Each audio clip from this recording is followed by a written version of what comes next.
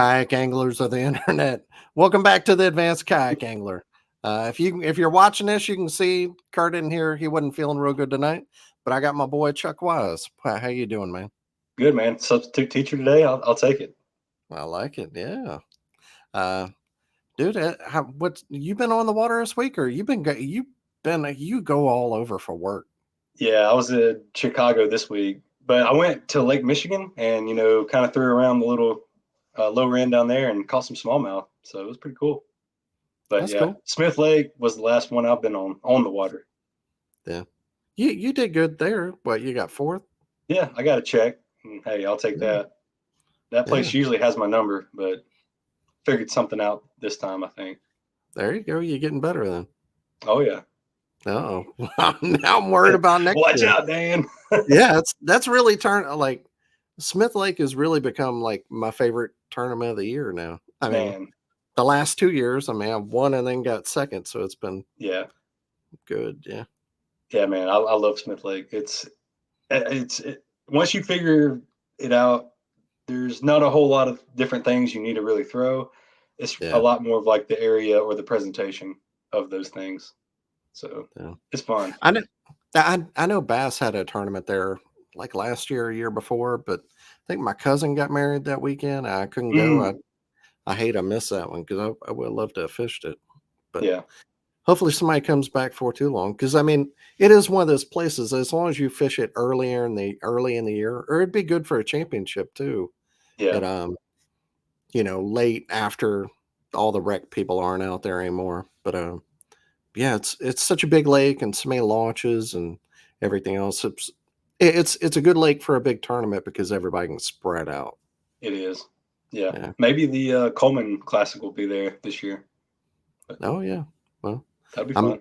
I guess I won't be in that one because I'm only fishing like 2 Coleman events. They just came out with their Angler of the Year thing. He didn't even put me on it. Well, you have to pay that AOI fee. Yeah. I don't know if you paid it or not. No, that makes sense. Because I knew I wouldn't be able to fish enough of their events this year, so I didn't do it. Yeah. I'm not able to, hold up my title. Yeah. I might only have 3 or 4. I don't know. I'm going to try to get the minimum, but I don't know.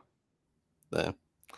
All right. Well, without further ado, let's go ahead and bring our guys on tonight. We've got Mr. Oh, hold on. There we go. We got Marty Hughes and Russ Snyders. How are y'all doing? Doing good. Good. How are you doing?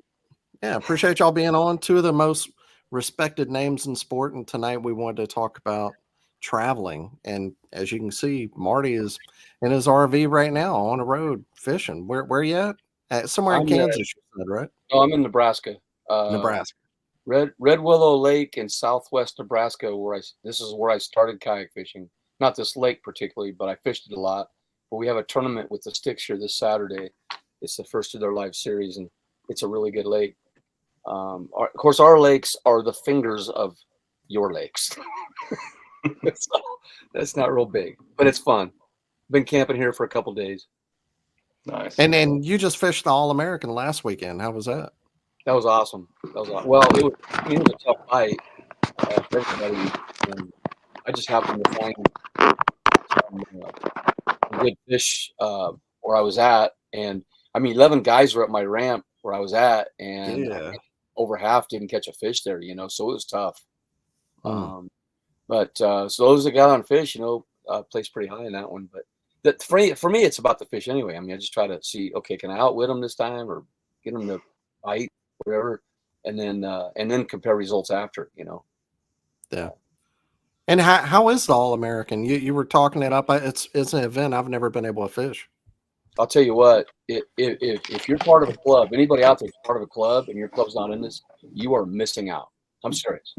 It is and I'm not going to say any other thing's not well run, but Joshua Booth knows how to run a tournament. Not that anybody else does it again, but he goes all out, takes care of everybody.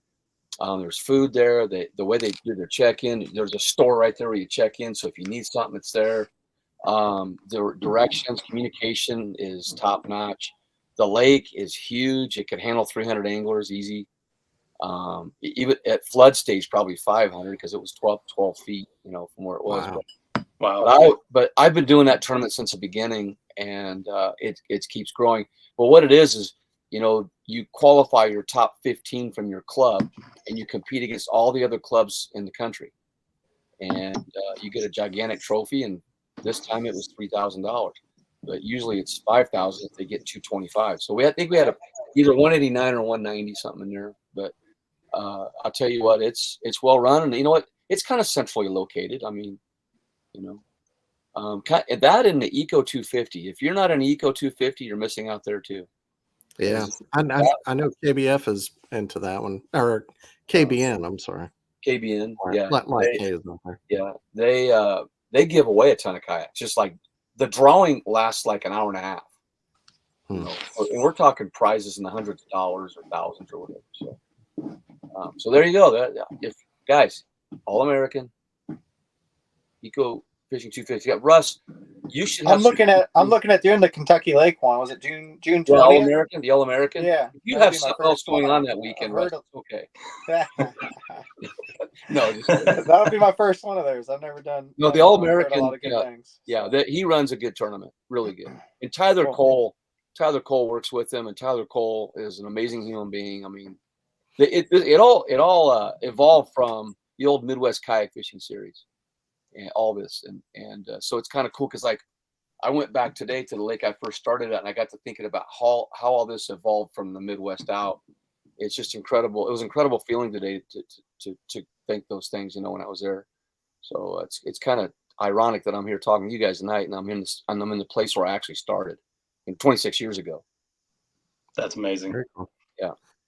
And Russ, you just came off the first kayak adventure series, Drew Gregory's New Deal, and you got second in that, right?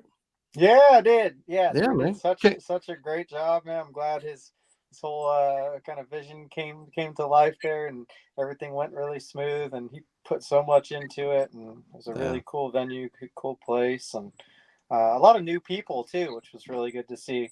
It wasn't your typical, the same crowd that's been fishing the Hobies and the Bassmasters. There was a lot of new faces there, a lot of old school river guys too. So it was, man, it was a blast. I had so much fun. Me and Steve Baker from Ohio, we did a team division as well. So, which I thought was a really cool aspect, especially for like a river tournament. So that way, when you're doing, a float trip with your partner or whatever, you guys are, there's no like who's trying to get ahead of who, because they're also working together.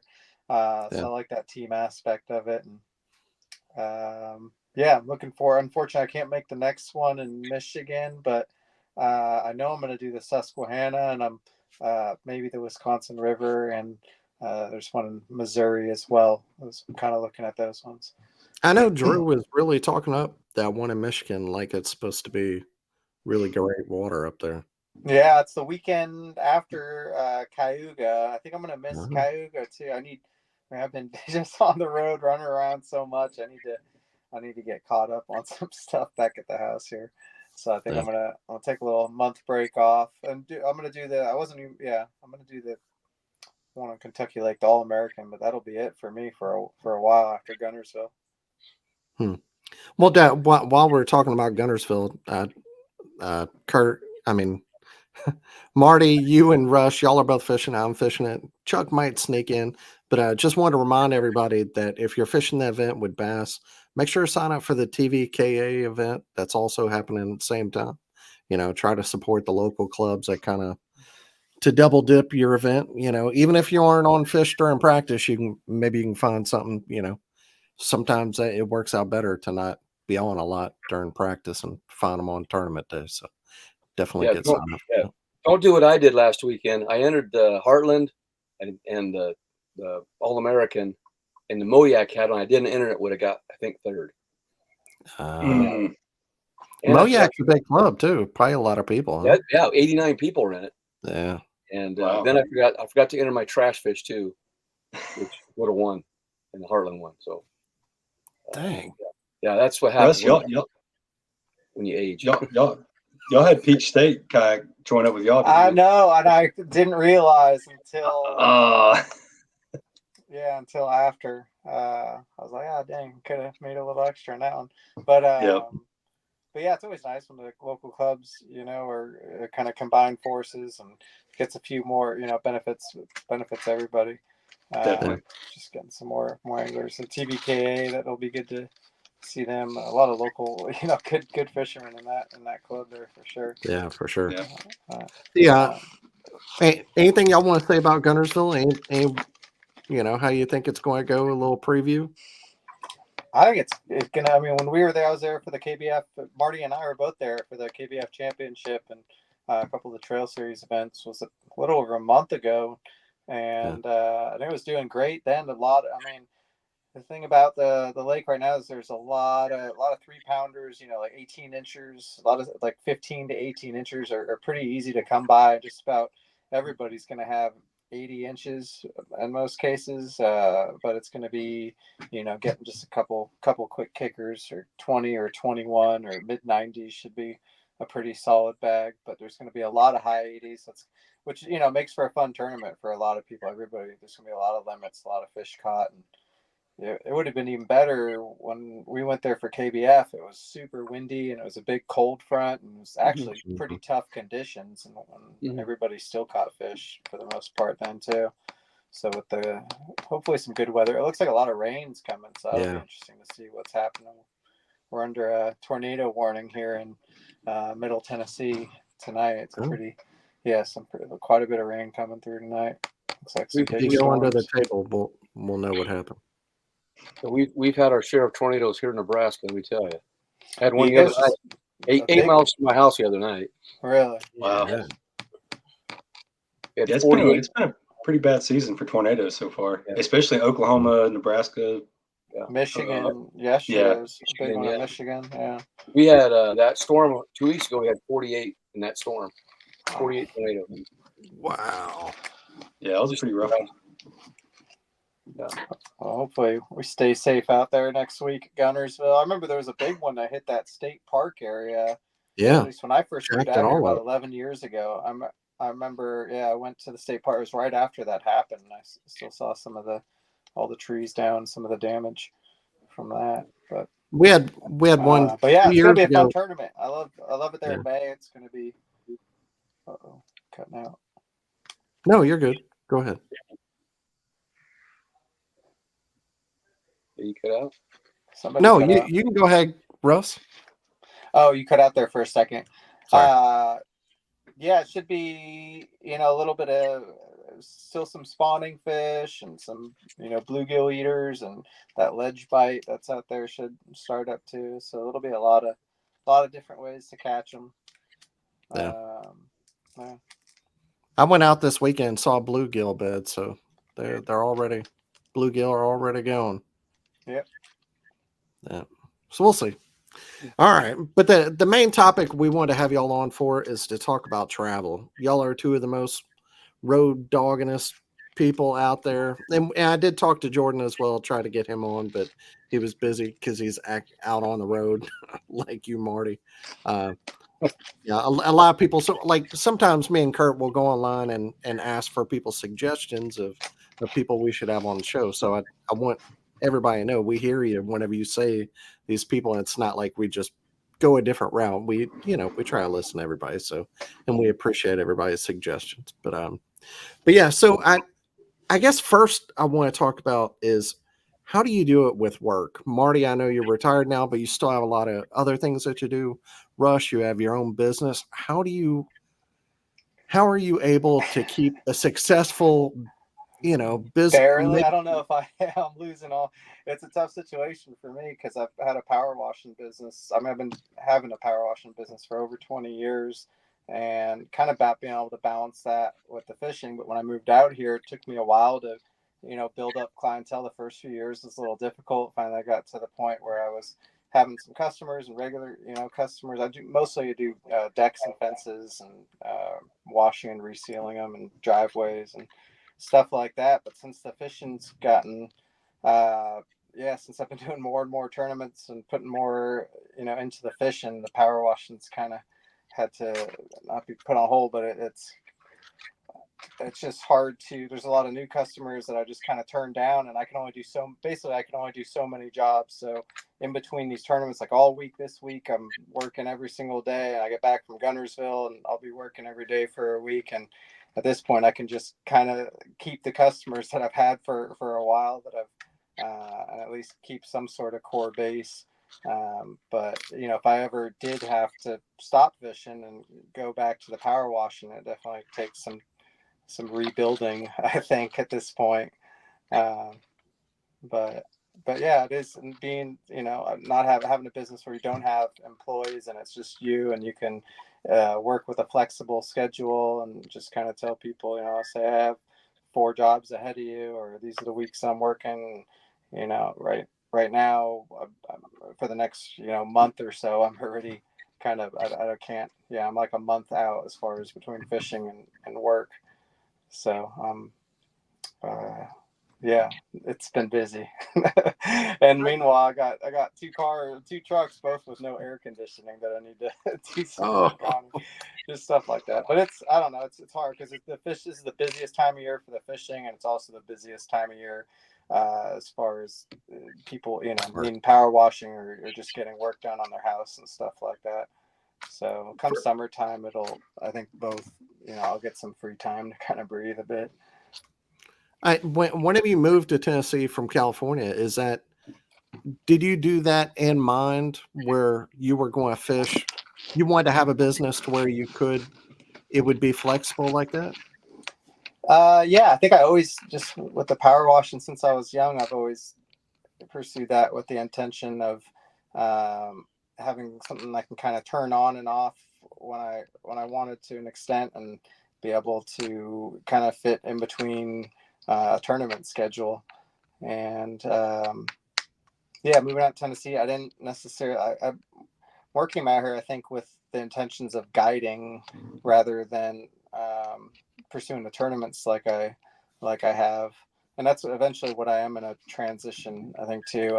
I'm having fun doing the tournaments, and I love competition, and definitely love this. I don't know how long I can maintain it for. I'm going to try to keep it going for a little while, but I don't know, in the next couple of years, I could see myself backing off the tournaments and maybe just fishing like 5 a year, like just sticking to one series, sticking to one series, and then spend the rest of the time guiding, which is something I have done. When I was out in California, there was a number of years, probably 6 or 7 years, where I was doing that, where I wasn't doing tournaments out there, and I was guiding probably 150 days a year or so, and probably only power washing, same thing, where it's not power washing quite as much and doing more of the guiding. So I think all tournament anglers across the country, just like a collective sigh of relief. Russ Snyders might not be fishing quite as much in a couple of years from now. He says it, but he'll still do at least 20. Yeah. It's hard not. I don't know. I enjoy competing, and and just traveling with all the friends and stuff that I made, the house that we have, and the people I get to spend time with. And I think we all at this point, we've gotten to know each other pretty well. We've been doing it a few wells. Our group of people, core group of people that we've been spending time together, getting to know, and it's probably them that I'll miss the most, more than anything, I'd say. And what about your boy Cody? Is he just all pickleball now? I know, right? I don't know. I'm trying to get him. He's supposed to go to Italy with me. Him and Damien are supposed to go for the USA kayaking to do an international tournament, and he says he's gonna go. So I don't know. He's got to, yeah. We all miss him, but he's really pursuing that pickleball. He's in awesome shape. That's the one thing he always says with the fish. It's hard to stay in shape and be healthy, and it is really difficult to live a healthy lifestyle just being on the road fishing. And with the pickleball, he's like training every day. He's super fit and just feeling really good, and gets to spend more time at home. And I'm sure his girlfriend appreciates that. So yeah, I get why he, why he's taking a little break from fishing, how he did get burnt out a little bit from it, but hopefully he comes back, because we all miss him. He's a fun guy to spend time with. For sure. And Marty, how about you? Whenever you were a principal and you worked in education, how did you balance your work life, family life, and fishing and guiding? Because you're a guide too, right? I didn't hear anything you said. Are you there? Oh yeah, I'm here. So how did you, whenever you were still, before you retired, how did you balance work and life and fishing? Well, I had to manage my time pretty well, I can tell you that, because as a principal, minimum 70 hours a week, minimum, during the school year. And there were times where I would take off from a football game and be at the ramp in time for the tournament, like at Table Rock, for instance, or across Nebraska or wherever it was. But a lot of times, once school got out, I was more flexible in the summer, and that I was able to fish a lot more tournaments. But in the spring and in the fall, I had to really manage my time well to be able to do that and plan way ahead to get all that done. And then just like Russ, I guided out of kayaks for several years as a teacher. So I was doing over 100 trips in the summer for people because I wasn't doing tournaments in. I put a couple on, but that's when the kayak thing was kind of young, kind of beginning. But I did several years of guiding with the kayak as well. But for me, it's meticulous planning ahead of time. Getting the campsite set up, at least 6 months in advance a lot of times, because they fill up so quick now. And then, but as far as the time of it, like now I am able to go to a lake sooner, but that's kind of hurt me in a way, because like my son tells me, Dad, you just overthink things. And so, because I've really screwed up this year, and this is my first year actually using a motor. And that's made it tough on me too, adjusting to that, where I can leave and go somewhere else in a hurry, where before I would just pick apart a finger and just stay there the whole day. And that really helped me to find fish. So, you got to decide what's best for you when you go fishing on that.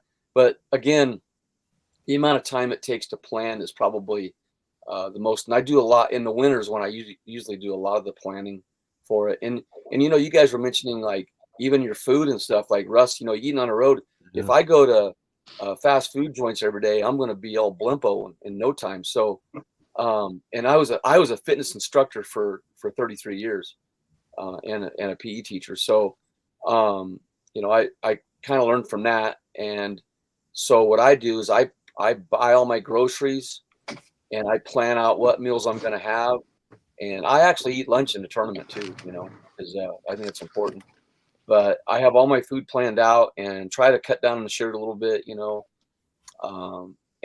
I usually will eat out like one time during the thing. Like Russ, we ate that one night. Yeah, that's pretty much the exact same thing I do. I make a bunch of hard-boiled eggs, a big, thing of turkey and beans and vegetables that'll just get a little Tupperware, scoops them in, put a little avocado, and try to eat healthy. And like you said, the sugar, I used to eat a lot of like trail mix and stuff, and I get headaches at the end of the day, and I was like, it's definitely from like just too much sugar and stuff. But eating healthy, that's such a big part of it for me, just having the energy and feeling good and being able to think clearly, and eating healthy is an important thing for me too. And the other thing is I saw a lot of guys at the All-American were like limping up to the stage, and they were sore, beat up, because this is kind of the beginning of the year for some guys. And I felt really good, but a lot of it is they're not used to being out in the water that long. So I know, Russ, you do too. I think that I work out hard in the winter to get ready. A lot of dynamic mobility and stability, a lot of elliptical, a lot of rowing, just to get ready for the season, so that I'm not susceptible to injuries as much. Because I lift my kayak up on top of my truck and stuff and take it down and all that. But you're constantly moving all the time then. But the main thing is to prepare yourself for the season, especially if you plan on doing a lot of tournaments and being on the road. And, I got some stats for you if you want, guys. Yeah, heck yeah, man. Yeah, man. I've been on the road 50 days this year already. 50 days, and with only 9 live tournaments so far. But usually, like in the last 7 seasons, I've got 271 tournaments. Some of them are league nights, a few are on lines. But my biggest year was 2020 with 62 tournaments and averaged 20,000 miles in the year. And then been to every KBF, and then I was going to say, I have to, it's like Russ, I got to decide, what's the best fit for the season. You can't do them all. There's so much saturation now, and that's a good thing. I mean, there's plenty for people to do, but we all want to do those big ones. And so I've had to filter mine. And so I'm just doing the Bassmaster, and I'd like to do the All-American, but I joined both leagues here, both clubs here this year. And I like their setup, and it's going to cut down the cost a little bit, because at some point you're going to run out of money. I'm retired now, so I'm okay. But I'm going to tell you guys this too. I keep meticulous stats on everything, cost, miles, everything, and it is actually 30% more to travel this year than it was last year already. 30%. Wow. It's not 7% like they say. It's inflation. It's actually 30%. And half is that including like gas, lodging, and grocery, like groceries and stuff. Everything, and half the cost is gasoline right now. That's half the cost. And could I go cheaper? Yeah, I could buy a Volkswagen, put a little deal on it, and go really cheap. But you know what? I like my truck and I like my camper, so I'm going to do that. Yeah. Dang. Heck yeah. Anyway, I think. I mean, you said some of the series we've seen, like the Hobie tournament, didn't get good turnouts, and a lot of people are kind of asking why. And like I said, there is a oversaturation of so many different leagues. Some of our now Drew's is coming along. That's it seems like it's going to do really well, and All Americans doing good, but we have so much of it, and then combine that with the higher gas prices and a lot of other variables, and that's it's affecting it. It'll be interesting to see next year. If those gas prices come down, and I think Chad said he's not going to have his trail events, and who knows what's going to. It could look like it could be a different landscape next year, and for the better. Maybe in some cases for the better. So we'll get, a lot of the tournaments that are there are going to get those 150 to 200 participants. That's what that'd be I think the best scenario for everybody. Yeah, I'm seeing a lot of, in the bigger tournaments, I'm seeing a lot of more local people in those bigger tournaments, and then you have a travel bunch with that. So it's a pretty good mix there, on that. Is that good or bad? I think it's good, because those locals see what it's like to fish a big tournament, and they go, hey, I want to go to Susky. This is pretty cool. You see what I mean? Rather than, they just do that one. They talk to the guys that are doing the series, and they're going, hey, did you do this? Yeah, it was a lot of fun. And so that actually brings more people in when you do that, but you got to get signature lakes to do that too. Yeah. Seems like Drew's event definitely got a lot of new people in. Yeah. There was a lot of talk about that. That was there was a bunch of our guys that went there. Yeah. Like Luke and Sam, and Lance was there, Tim, all the OG guys, like you said, half of them were from here. Cool.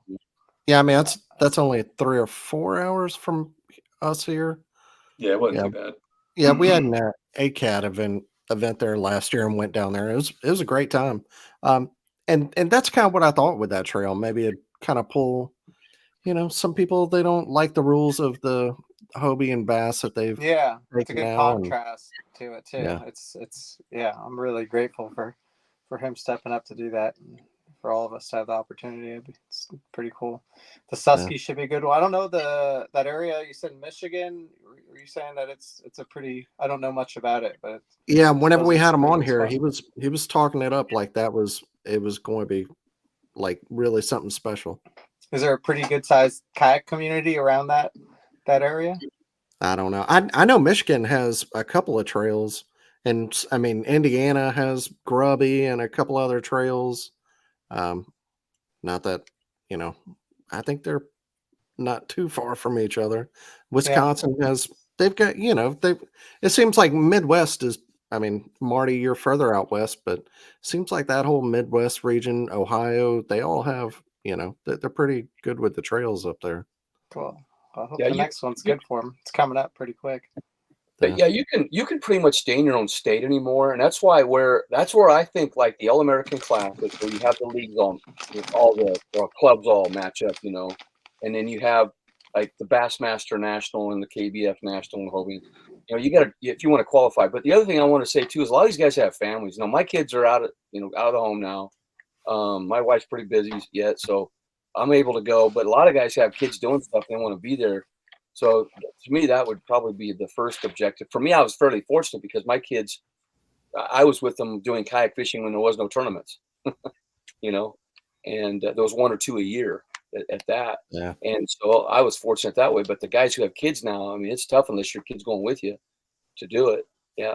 So, you got to be careful of that. And you guys also mentioned burnout. I can see where I got to get burned out, in a hurry. Especially if you're not having any success. Like you spend $2,000 to go to a tournament and don't catch a single fish. It's hard to push yourself to go to the next one because it's not about the effort. You're giving a great effort, but when you have no return and you don't get a single bite, it plays with your mind, because you question yourself. Like when I went to Gunnersville, Russ, and my day 2 was horrible. I questioned myself. What am I doing? Why am I doing this? But I just love the outdoors. That's the main thing, Seminole's given me that same feeling twice. Yeah. Oh, that place. Yeah. Yeah, it's funny with that, especially if you're married. It seems like if you're married, like you almost have to justify it to your wife where our husband, you're coming home, you're pissed off because you didn't do good. And she's like, you were just gone for like 4 or 5 days and just spent all this money. Like you need to have had a good time. Yeah. So it's hard finding that, the trying to be serious, trying to be and do well and succeed and also have a good time. That's another balance that you're trying to figure out as well, Yeah. And you learn so much, like when I see Russ at a tournament and stuff, I talk to him, we talk to each other, and you just learn 1 or 2 new things, that you didn't know before. And you times that times 20 of all the people you talk to, you're coming away with a whole clinic of information for the next time or when you go home. And the first thing I'm telling you guys this, when I have a rough time at a tournament, first thing I do is I go home to my honey hole and I get back in the saddle and to get check that on the feeling. pets. Huh? Got to check on the pets. That's right. And I go, you know what? I still know how to fish. So sometimes you got to do that. Yeah. Be mad on the ride home. And then once you get home, you're good. Yeah. And my wife never knows how bad I did. Because when I was younger and I was a teacher, I would write down a list of all the things that happened during the day that weren't so good. And I'd look at it in my truck, and then I'd wad it up and I'd go in, and she'd say, "How'd your day go?" I said, "It went great." That's how I did it. And I never brought home my bad stuff. That's a really good idea. Yeah. You gotta acknowledge it and tell yourself, you know what, this happened. I can't control it, but I'm not going to let it control me, because I'm going to tell you right now, as a high school principal, it wasn't easy. Your list was 2 pages long. Yeah. And the emails were still coming in while you're writing the list. Oh, no. Yeah. This is future Marty's problem, and I'm not jealous of him. Yeah, that's right. It's over. But I really appreciate guys like Russ. Russ is an elite angler, you guys, and you guys are too. And for him, he'll take the time to talk with you. And it was funny, Russ. I gave you those robo worms. Uh-huh. And I ran out at the All American. Oh no. And Jonathan Dominguez gave me some of his. The same one, the little 6-inch, the pink ones. Yeah, because they were working there. I caught a fish on it at Possum Nice. Kingdom. That was the first time I caught a fish on a drop shot. And, being from California, that's your first drop shot fish? No, I used to drop shot, a lot back in the day, and then not no more. I was thinking about that the other day too. I haven't caught a drop shot fish in 2 years. Wow, it's crazy because I used to do it all the time. I caught most of mine in the last 2 weeks on drop shot, and that's on fishing they're moving up, and so that's how I was getting them was they just grab it. Probably a good time of year to throw it on Gunnersville, to be honest. Yeah. Right about now. That pink worm works out there this time of year. Yeah, it's the time of year to use it. I've seen, like on Pickwick, I've actually pulled up a brim before, and they are the exact. I've got a picture of it on my Facebook. It is the exact color of like Aaron's Magic, pink, translucent, bluegill, or whatever kind of brim species they are. I mean, just absolutely pink. There's a pink, exactly pink like a robo bluegill? worm, huh? The bluegill have like a pink hue to them.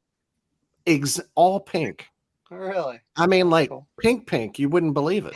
No kidding. Yeah, dude, I'll find a picture and send it to you. You won't. That's I mean, that was Pickwick a couple of years ago, about the same time of year. Fishing right by the nuclear plant. No, it was whenever Bass had an event there. I scraped out like the last or next to last check in that one.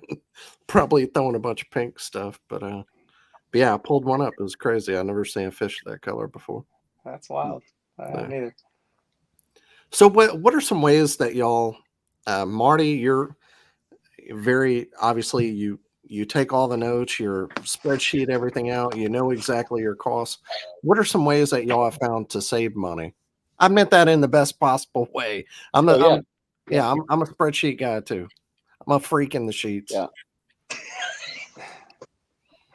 The biggest thing is eating pre-cooking your meals is by far. It's so you take into a cost that you can spend $50 in groceries and feed yourself a week, which would be say 15 meals. It's gonna, if you eat out, that's only 2 meals. It's gonna cost, if you eat out every meal for 15 meals and it's $25 a meal, it adds up. So that's the easiest way. Probably don't go to the bar, and that'll probably save you some money. Siddiqui could probably save some money doing that. Whoa. All pink and blue. Wow. Oh, that's a pumpkin seed. I mean, just as pink as it could be. That is pink. Yeah, that's crazy. Yeah. Sorry. Other ways to save money, sleep in your truck.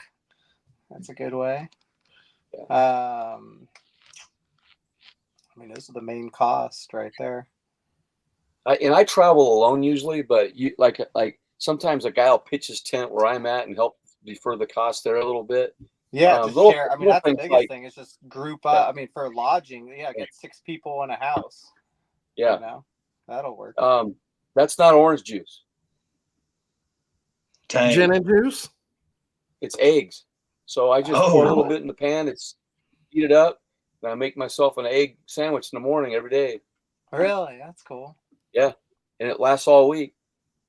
So I make it before I go. Just stuff like that. You just you get all your ingredients ready too that you're going to have for your meals.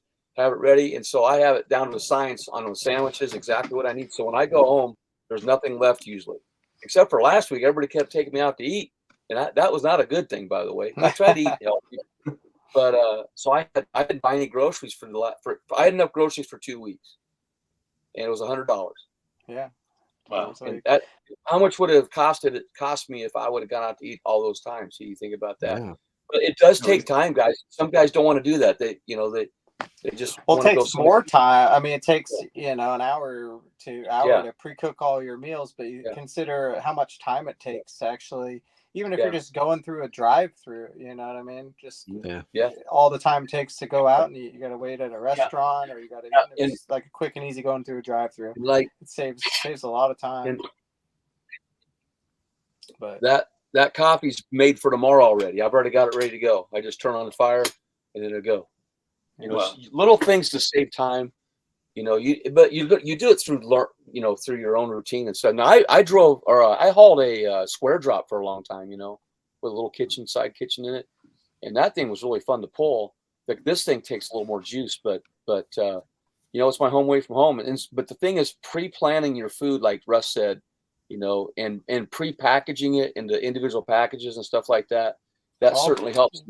And you can, I can have my lunch ready in about 2 minutes, to go. And always, I'm going to tell you guys, a lot of guys don't take time to snack during the day or eat a meal or whatever while they're fishing. And you wonder why your brain's not working the last 2 hours. That's why.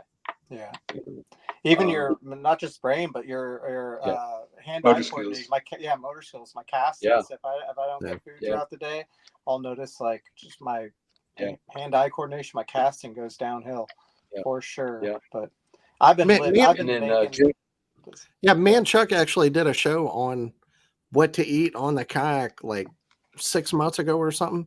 And I'll tell you what, like jerky and the different things that I take out there now rather than what I used to do, I can tell like a significant difference on the water of the peaks and valleys, I guess, of your blood sugar, of not cutting out the bread out there, just more protein, eating much better out on the water. I definitely notice a difference in how I feel on the water, which obviously I should change that in my whole life, but I don't. But on the water, I eat pretty good.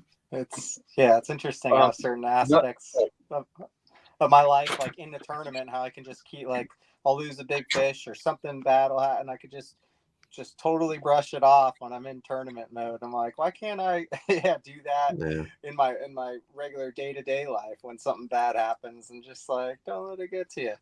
But when I'm in a tournament, but the same thing. So I've been cooking. I've been making the same meal and pretty much living off of it for the last, I don't know, maybe 10 years, I guess. And I've turned, a lot of people see me always eating it and they try it and they love it. I probably have at least 10 other people that I know that have made the same thing that I always make just because I think it's quick and easy. But I'll get 2 pounds of ground turkey, just fry that up in a cast iron. I just let it, I don't chop, just let it in a big chunk, cook it through like a burger, chop it up. And I have 2 cans of black beans, a can of kidney beans, cook that separate. And then I cook mushrooms, onions, jalapenos, peppers, and a bunch of garlic. Then I put it all together in a big Tupperware. And I have a small Tupperware that I take for my, each day. And I'll just scoop a bunch of that in there, put half an avocado and some cheese. And sometimes I eat it with chips, kind of like nachos. But I don't know, give it a try. A lot of people have turned that on to them, and I think it's just good fuel. It's not going to give you a headache. It's going to give you protein and tastes good, and it still tastes good after about 7 days. Even this is about the limit of when I stop eating it. But yeah.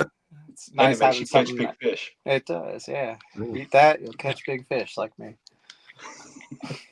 And then the other thing too is I freeze it all. I freeze a bunch of waters, and I put 2 in my lunch bag instead of a freezer thing.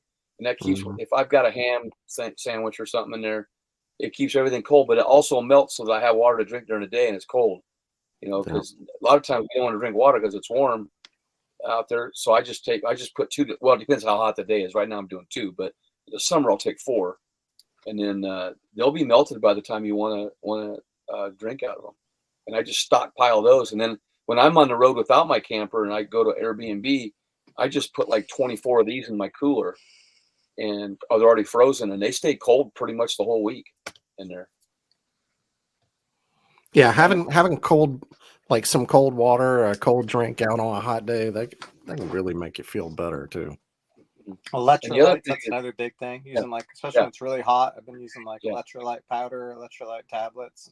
Because I know for me, if I don't, I cramp up both hamstrings and both calf muscles all at the same time at night. Ooh, that's bad. Yeah, and if I don't drink properly during the day.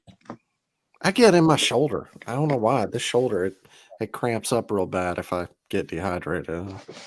My bum shoulder, I guess. I don't know. I'm getting some shoulder problems. I got golfer's elbow, tennis elbow. Got all that. It kind of comes and goes. Sometimes one's worse than the other, and it's been like that the last couple of years. But when you're 65, there's a lot more that doesn't work. That's why I'm like 42 now. I don't. Yeah. I got kidney stones stuck in me right now. They're scanning my cat tomorrow to find it. I guess they're going to have to go in and get it because it's stuck in there somewhere. Not to tell my medical problems, but I don't want to be old. Yeah, it's fun. Yeah, young guy. I'm getting old. I'm 45. I feel every day at 45 too. Wow. So what if there are some places that you have to eat whenever you're out on the road, whether it's gas station stuff or truck stop, Waffle House, wherever, is there anything you would suggest that Buc-ee's, like if I'm going by Buc-ee's, I'm I gonna get love some Buc-ee's, jerky, man. Man, I them love me some burritos. Buc-ee's. That's what I get too. It's so good. Oh my god. The Texas cheesesteak one? Yeah. Oh I my haven't god, had dude. that. I think that's the best burrito I've ever had in my life. It's Like pretty hands good. down. They have That's a good. Chipotle chicken club. Oh, it's Yeah, so good. It's in like the round one where all the sandwiches are at. That's really, really good too. Yeah. Oh man. I'll eat healthy when I cook food, but then I'll eat about a meal a week, when I'm on the road, I'll stop at Buc-ee's and get some. You see that Buc-ee sign? It's like that. 50 miles ahead. I'm like, I'm gonna have to stop there. Yeah. What were you saying, Marty? Denny's I go to Denny's usually if I'm going to eat once, like on the way there or way back or whatever. Denny's is one of the more inexpensive places to eat, and they even have a senior menu. And they also have the best coffee. They have the best coffee, so that's why I go there. But it's actually about half the price of most places.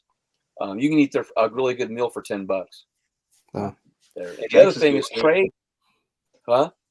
I was say Jack's is good too. They haven't raised their prices like everyone else has. Now the other thing is Trey Dawson is really good at this. He bought us dinner the other night, and he says you guys can only order water. So don't order those soft drinks, man. Just order water or whatever, and have your own concoction or whatever. That adds $3 or $4 to your meal usually. Yeah. It has a good. Yeah. It's weird how that's happened though, because like me and my kid, whenever my wife goes out of town or she's working late or something, me and him will go to Waffle House. You can get a full-on meal at Waffle House for cheaper than what you can at McDonald's now. Yeah. I mean, I'm not like sponsored by Waffle House. Jr. Yeah, I ran out of food in my refrigerator I went from Murray straight to Sholey Fest and that was like one of the few times where I didn't have my food with me, so I was just living off fast food for that week. But yeah, a burger at Carl's Jr. is like $12 for a freaking burger. It was crazy. That's great. A lot of times, even if where I work, if I need food, I'll go to like Publix and all these other places. You can get like a pack of California rolls or something else for so much cheaper than going to a fast food. Yeah, I got like a burrito too at Taco Bell. It was like a little bitty thing. It was like $7. I'm like, man, I could have gone to a taqueria and gotten a big giant burrito. Yeah. Like a for real Mexican place, and it probably would have been just as fast too. Yeah. Or faster. Yeah, it's like they got that food ready in the back at a Mexican. They know what you want before you go in there. Well, it's all like the same 8 things in different configurations. And I was going to let you guys know too. You can go on YouTube. You can go to like camping meals, and there's a lot of really quick camping meals that you can create, and you buy the ingredients ahead of time and so forth. But you can make it. Like I make my stuff in minutes here, and using a Dutch oven or an iron skillet, and it just takes a couple minutes to make them, and they're fun to make and they're good, and most of them are pretty healthy, Yeah. So with Marty, you in the RV and Russ being out and sleeping in the truck and the Chevy with a Cadillac emblem on the front. Cadillac's the whole front end. The hood, the fenders, everything. I rear-ended somebody. Oh, okay. And I had to put a new front end on. So my buddy was like, put a Cadillac Upgrade. front end. There you go. He worked at a body shop. So it fit right on. There you go. It's cool. It looks cool to me. What's some, do y'all have like any crazy stories of anything you've seen at a campground, RV park, or anything, or I don't know, ghost tales, Bigfoot, anything crazy? Oh yeah, I got a good one. I said Bigfoot. Marty's like, hell yeah, I've seen that guy. I've got a few hundred stories and campsites, but what I do want to say though, one of the most epic trips, and I'll tell you about what I saw. One of the most epic trips I ever took was in my old Trooper, which I still have. It's an old camo Trooper. My son and I, CJ, went 1,200 miles in the state of Nebraska for 7 days and tried to see how many species we could catch. And I have a wooden bunk in it, and he slept in there with me. That was the greatest trip ever, guys. You know, you can do this stuff locally. You can practice doing it at home before you go to a big trip, just to see if it works for you. But no kidding, when at Oklahoma at 10 Killer, I have a video that a lady took. It was sent to me by a friend. There was a black panther at jaguar walk through our camp. No kidding. In Oklahoma? In Oklahoma. They're not in America, but the word is there's one running loose around there somewhere. Well, we got it. I got a video of it on my phone. I did not put it on Facebook for fear of people attacking me about it. So, but I have a video. So if you guys see me sometime, I will show it to you. That's wild. And that happened at 10 Killer. And it's not a cat. It is a black panther. It's got the long tail.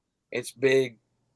And it's How did it got out of a zoo or something? What happened? We think so, or somebody just got it and let it go or something. But it was at that camp. But I looked on the website or on Google, and there's been reports of a black panther in Oklahoma. So I just confirmed that. So all that's those people, yeah, all those people in mountain Texas lion with like a pigmentation. Well, all those people in I think Texas is the biggest. They're in the Middle East. All these people have their own like backyard. Oh, that's right. Yeah. So I really think it escaped or something, and that makes sense. And but yeah, there's that's my main one, I guess. But other than that, man, I just have a great time at camp. I meet so many people from all over the country, they just look at your kayak and go, wow, that's pretty cool. They've never seen one like that before, Yeah. So. Yeah, I mean, we go camping pretty regular, and it's always like a cool vibe at campgrounds. Like the kind of people that go RVing or camping like that, they're usually, good folks. Well, the only other thing, guys, is when you get to a campground early in the week, like I did, you can't pick your neighbors. They come in, or you have pre-assigned sites. Because man, I got some neighbors in this one. They're a little, I don't know. I'm not gonna say it, but. I saw you picking out the shade over there. Yeah, they get a little noisy over there. There's so we stayed, Steve Baker and I, we stayed at a KOA at this last tournament. He sleeps in his truck, kind of set up pretty similar to mine, and those I've stayed at a number of different campsites, and each of them have their kind of pros and cons. I guess the KOAs they have really great, the showers are really clean, the bathrooms are really clean, but all the places they're packed together. Really tight, but your stuff's going to be pretty safe and secure. And so there's different types of campgrounds and different types. Another thing that we've done, which I always try to remind myself to do more because I enjoyed it, was the hip camp. Have you guys heard of that? Mm-hmm. Where people just have like property. Oh yeah. Or their own. Yeah. Like it's just people, it's almost like an Airbnb for campsites for people that just have some land or whatever. And, it might be like a compost toilet or something like that you got to use or whatever. But at the same time, you're also going to have a lot more privacy, and it's not going to feel like you're sleeping in a Walmart parking lot. Like that's kind of how the KOA felt in a way. And is that an app or just a website? I don't know. Probably both. Hip Camp. They probably have some other ones, but that's the one I've used with. I've done it more with some of my friends just for like kind of weekend getaways, but I have used it for fishing a couple times too. Yeah, I've checked that out. We use Dirt sometimes, and there's some other ones, but no, I haven't heard of that one where it's like, people's land like that. That sounds cool. Yeah. It is cool. Yeah. I thought about buying some land and just doing that, like having a, building like a cover. Yeah. And just going out there and camping sometimes. I was kind of thinking. There's a new one out now where guys have their campers and they will bring the camper out for you, and you use their camper that weekend. They take care of all the fees and everything. You just pay them. Huh. That's pretty cool. Yeah. Yeah. So what else? So what are we missing? Like whenever you're out there on the road, you got your food, you're eating healthy, you're doing good in a tournament. Is there anything like taking care of yourself besides food? Because like Marty, you're saying preseason, you're working out, making sure you're in shape. So hopefully you don't get injured during the year. Is there anything y'all are doing? I see some people like they go out and stay out and drink or are y'all like early to bed? Yeah. You know, eat right, or you know, tournament time. Yeah. I don't. Some people in our group they go out and have fun a little bit sometimes, but usually it's pretty, for the most part, everybody takes it pretty seriously. Unless there's like a couple exceptions, I guess. Is like if or one time a big storm was coming where it wasn't even going to be able to be fished, or if there's a tournament that's canceled, like this last one at Possum Kingdom. A lot of people Friday night ended up going to the bar. Just I didn't go, but a lot of people went to the bar and stuff Friday night. I could see myself doing that in the right circumstance if we didn't have to fish the next day. I guess that Kayak Adventure series too, how it ends on Saturday night. Yeah. It's nice having that too. A lot of people enjoy it. At Possum Kingdom, a lot of people say that's their most, the tournament they enjoyed the most, just because of the social aspect of getting everybody together, just hanging out and grilling. Siddiqui bought a bunch of burgers and we had a big old barbecue at the Dakota House there, and it was a good time. So, otherwise I don't want to say I get to bed. I get like 4 or 5 hours of sleep. I end up staying, fishing till dark. I'm usually always the last one off the water. I get off usually after dark and get back, and I'm already looking at maps or trying to figure out for the next day, and I catch up on sleep very much like in between the tournaments. But tournament time, I'm putting every hour in that I can. Same here, about 6 hours. I get about 5 to 6 hours of sleep. So I get about that now. Before I was getting like 4 to 5 hours, and then I was like, I better a little bit more sleep is probably going to help. Yeah. Is there anything you can say would, like, whenever you're preparing for a tournament? I mean, it's, everybody's on Google Earth or Lake Master or, watching YouTube videos, stuff like that. How are you able to do that whenever you fish so many tournaments? Because for me, I don't fish that many national tournaments, so I get a lot of time to prepare for them. If I do only three or four national events a year, then I have a lot more time to prepare. Whenever y'all are doing 12 or more a year of national tournaments, how do you prepare for all of them? Some of them you just end up, if you can't prepare, I'll more times fish history. Like when I went to Murray just this past trip, I had all kinds of power wash and stuff, and then I had an RVR. I needed to get my RVR rigged for Shoalie Palooza. So I was like 13 or 14 hour days just getting the fish fire, just getting that whole thing rigged out with the Torpedo and the setting up the black pack and all that. So I think I only had 2 hours to pre-fish for that one. So then, worst case, you just fish history and hope it works out.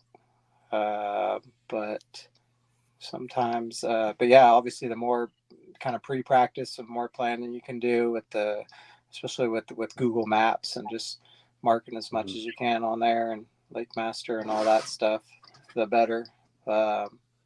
Especially for new events, as long as you're like on Google Maps, you can keep putting the little labels on everything. So a lot of these lakes, we've already been to before, so it just kind of keeps accumulating, and I have a pretty good. The more if it's a new lake, I'll definitely put more time into pre-practice or I should say pre-practice, as far as the mapping, getting the layout of the lake and all that stuff. I'll definitely put in, or watching YouTube videos of the lake.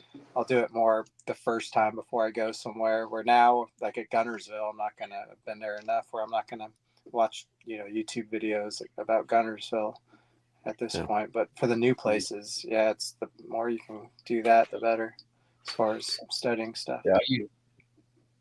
I use Hunt Onyx, and I mark them on there, and then I have Google Sheets on each lake, so I have a history, and I put the camping information in there. Anything that has to do with that lake, I put it in on that sheet with links, and then what it cost, everything's in there. So the next time I go to Gunnersville, like I have a huge amount of information on Gunnersville because I go there quite a bit, and then I can go back to it and I click on stuff. I go, okay, reserve here, do this, and it also depends on the time of year. So sometimes you can throw out your information out the window because the conditions, like say Truman, it went up 12 feet in 1 week. Everything went out the window, for what we were going to do. So you got to at least what was the name fish of it? The conditions as well. Hunt Onyx. No, the other one. Is it Google Sheets you said that you use?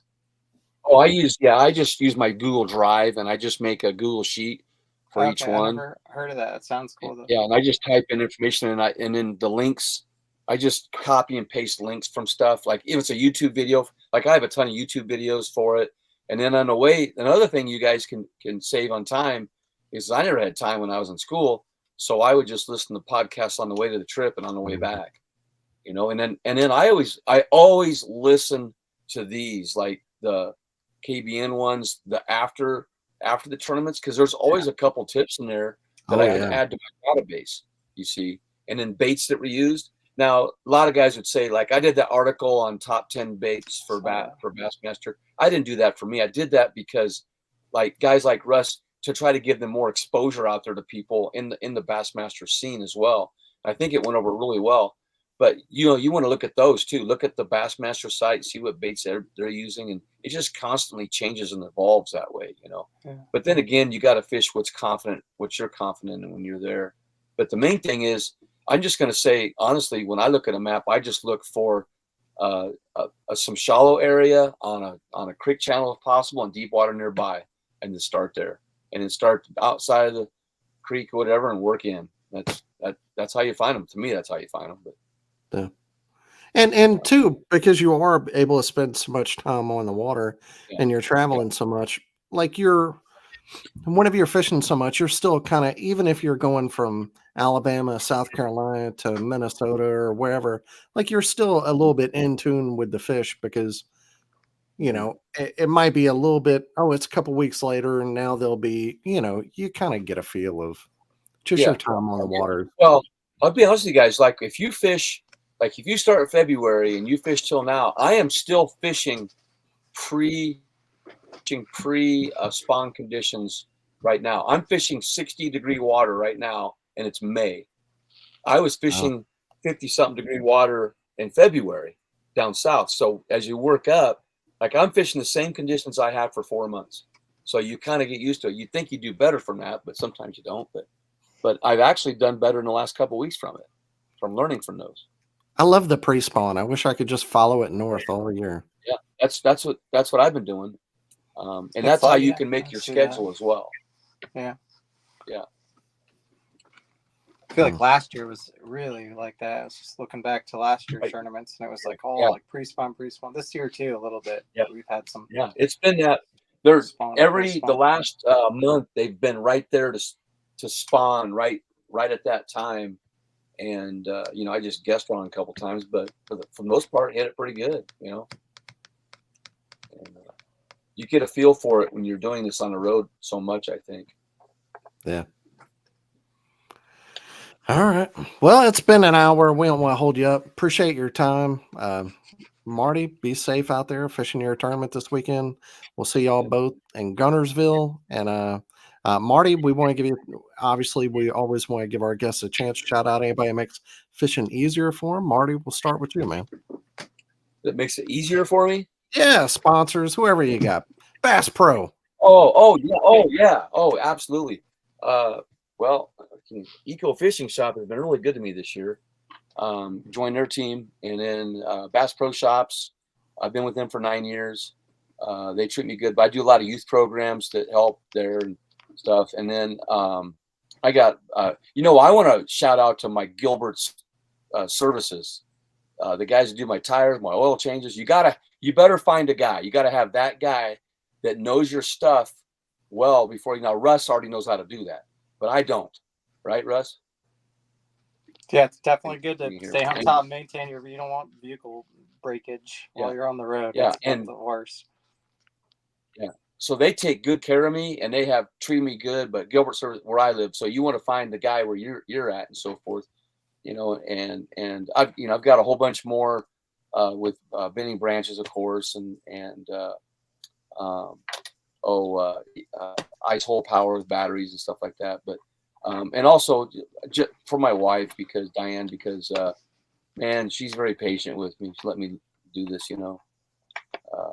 but it's nice to have people that support you. That's right. Russ, how about you, man? How you liking them bona fides? I love them. Our RVRs, first time in the RVR. It's a really fun boat, really maneuverable, and having a torpedo on the back of it was really fun for sitting in those shoal. I mean, tight little spot with that thing, even powering up rapids and stuff. It was a fun little kayak. So I'm glad to have that. It's a good, really complements the PWR, which is a lot bigger boat, holds a lot more tackle, and it's very, very stable and great. Yeah, both. It's a good complement to that one. So I'm excited to have that all rigged up for the river tournaments this year. And also like the sponsors iRod, Dakota Lithium. If you haven't seen the new Corcus rods, it's kind of their newest series, but a few of those have been really good, especially like the 733 has been a great rod for. I've been throwing a lot of like shaky heads and like light Texas rigs this year, and that 733 Corcus has been a good one, so check it out. And Dakota Lithium for just taking care of our lodging.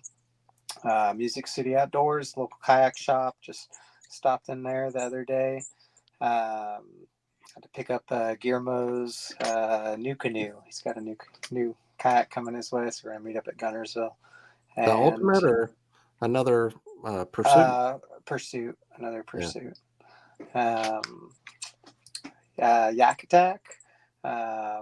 Just rigged out a new black pack for the RVR. I put the new short stack on top of it. That is cool. Yeah, it is really cool. It's a good if you need to get a little more storage and you don't have the platform or the base in order. If you have a small kind of platform or base to work with, it's nice to be able to build up and have more storage that way. I really liked it a lot, and it opens easy. It's a pretty good little addition there.